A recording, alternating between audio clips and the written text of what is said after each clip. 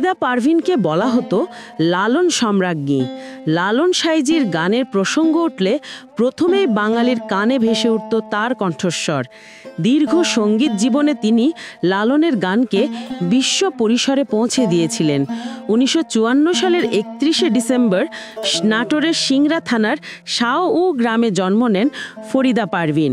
শৈশবের দিনগুলো কেটেছে মাগুরা, নাটোর, কুষ্টিয়া, দেশের নানা প্রান্তে। বাবার চাকরির বদলির কারণে ঘুরে বেড়ানোর সেই শৈশবেই শুরু হয় গানের হাতেখড়ি।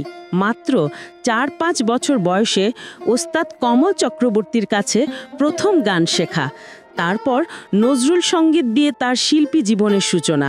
1968 সালে মাত্র 14 বছর বয়সে তিনি রাজশাহী বেতারে তালিকাভুক্ত নজরুল সঙ্গীত শিল্পী হন।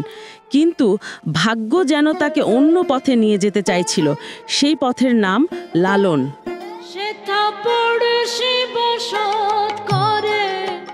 স্বাধীনতার পর কুষ্টিয়ার দোল পূর্ণিমার মহাসমাবেশে প্রথমবারের মতো লালনের গান পরিবেশন করেন ফরিদা পারভিন। সেই গান ছিল সত্য বল সুপথে চল। শ্রোতার আবেগ, উচ্ছ্বাস আর প্রশংসা তাকে বুঝিয়ে দিয়েছিল এই পথেই তার যাত্রা। শুরুতে অনীহা থাকলেও বাবার উৎসাহে মকসেদ আলী সাইয়ের কাছে লালনের গান শেখা শুরু করেন। এরপর খোদাবক্স সাই, করিম সাই, ব্রজেন দাস সহ গুরু পরম্পরার সাধকদের কাছে তালিম নিয়ে লালনের গানকে তিনি কণ্ঠে ধারণ করেন। তার কণ্ঠে লালনের গান হয়ে ওঠে শুধু সঙ্গীত নয়, এক অনন্য জীবন দর্শন।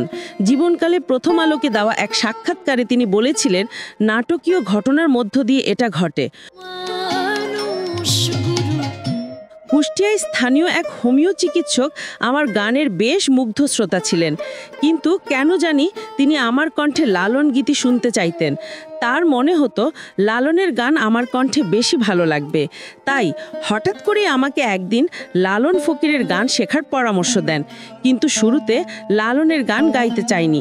আমার এই অনীহা দেখে বাবা আমাকে অনেক বুঝিয়ে গান শেখার জন্য রাজি করান। বলেন, ভালো না লাগলে গাইবি না, এই শর্তে রাজি হই এবং লালন সঙ্গীতের পুরোধা ব্যক্তিত্ব মকসেদ আলী সাইয়ের কাছে তালিম নেওয়া শুরু করি। সত্য বল সুপথে চল, ওরে আমার মন, লালনের বিখ্যাত গানটি শিখি। একই বছর দোল পূর্ণিমা উৎসবে গানটি গাইলে শ্রোতারা আমাকে লালনের আরও একটি গান গাইতে অনুরোধ করেন। তখন আমি গান গাইতে অসম্মতি জানাই। শ্রোতাদের বলি, আমি একটা গানই গাইতে শিখেছি, এটাই ভালোভাবে গাইতে চাই। এই গানই আমার নতুন পথের দিশা হয়েছিল। এরপর ধীরে ধীরে বুঝতে শিখি কি আছে লালনের গানে। তার গানে মিশে থাকা আধ্যাত্মিকতা ও দর্শন আমাকে ভাবিয়ে তোলে। এই পর্যায়ে অনুভব করি লালন তার সৃষ্টির মধ্য দিয়ে অনবদ্য এক স্রষ্টা হয়ে উঠেছেন। এটা বোঝার পর লালনের গান ছাড়া অন্য কিছু ভাবতেই পারি না।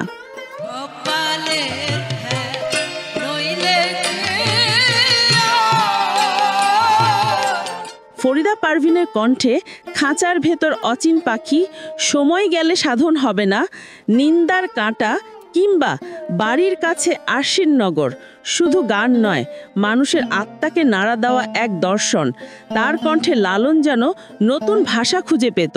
তিনি নিজেই এক সাক্ষাৎকারে বলেছিলেন, লালনের গান গাইতে গাইতে বুঝেছি তার বাণীতে যে আধ্যাত্মিকতা আছে তা আমাকে ভেতর থেকে নাড়া দেয়। এই গান ছাড়া আমি অন্য কিছু ভাবতেই পারি না।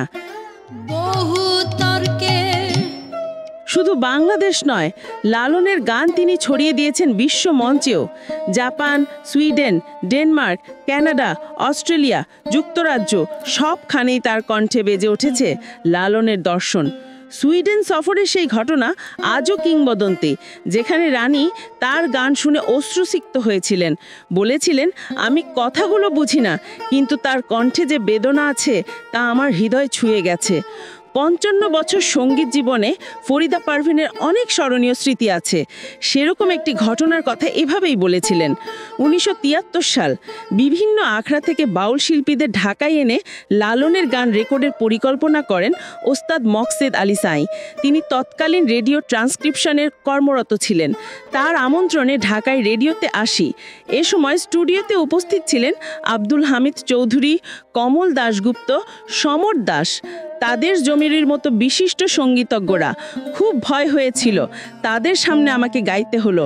15 মিনিটের একক সঙ্গীত অনুষ্ঠান করে তাদের প্রশংসা পেয়েছিলাম। এটি আমার অন্যতম স্মরণীয় স্মৃতি। 2001 সালে ফরিদা পারভিন প্রজেক্ট কমিটির উদ্যোগে তিনি জাপানের বিভিন্ন বিশ্ববিদ্যালয়ে লালনের গান পরিচয় করিয়ে দেন। পরে গড়ে তোলেন ফরিদা পারভিন ট্রাস্ট, যার লক্ষ্য ছিল লালনের গান সংরক্ষণ, স্বরলিপি তৈরি এবং বাদ্যযন্ত্রের আর্কাইভ তৈরি করা।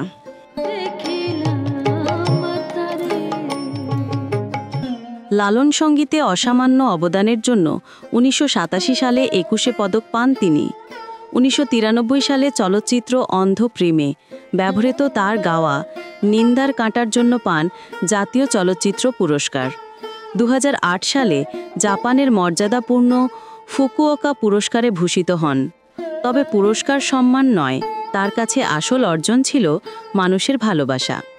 তিনি একবার বলেছিলেন, আমার গানের শ্রোতা যখন কাঁদেন, হাসেন, আবেগে ভেসে যান, সেটাই আমার সবচেয়ে বড় পুরস্কার।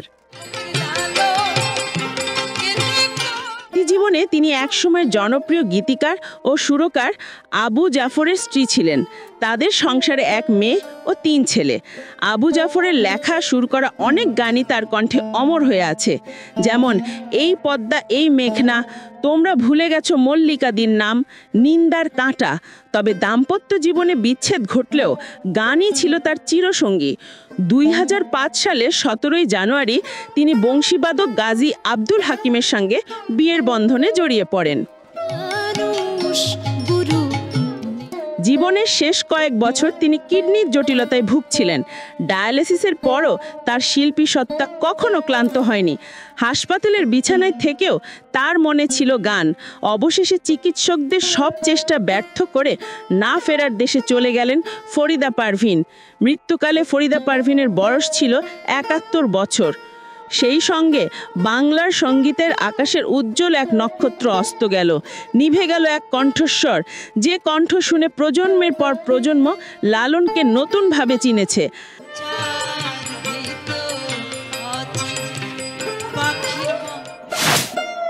আরও খবর জানতে সাবস্ক্রাইব করে চোখ রাখুন গ্রিন ভিউ ইউটিউব চ্যানেলে।